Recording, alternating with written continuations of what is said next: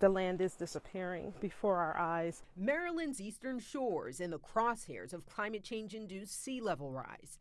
And so is the rich history preserved at the Harriet Tubman Underground Railroad National Historical Park. We're wearing these nets because there is so much water here and it's standing water, so Yes. the mosquitoes are really bad. Mosquitoes are bad, so this is almost like a requirement during the summer. If Harriet Tubman were living right now, she would recognize this landscape, but she would be shocked at how quickly it's disappearing. As water from the Chesapeake Bay encroaches, University of Maryland scientists project large portions of the national park will be underwater by the year 2050 if planet warming emissions are not drastically curbed.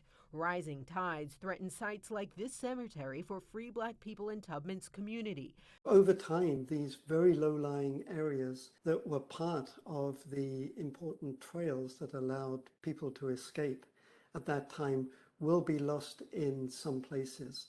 More than 70% of national parks in the continental U.S. are at high risk from the effects of climate change.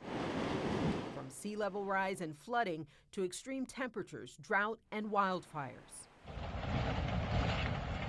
Historic flooding at Yellowstone National Park last month forced it to shut down for more than a week. At California's Sequoia National Park, home of the world's largest trees, wildfires have burned large swaths of the giant sequoia groves.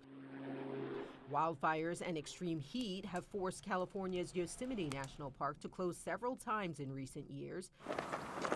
Meanwhile, Glacier National Park in Montana is rapidly losing its namesake feature. This is Grinnell Glacier in 1910 versus 2021. These are places that tell critical stories of our history and people and culture. And these places are not going to be able to withstand these repeat assaults. More frequent, more intense natural disasters will drastically transform national park landscapes. And there's the economic loss. In 2021 alone, our national parks saw over 297 million visitors. They generated over $42.5 billion.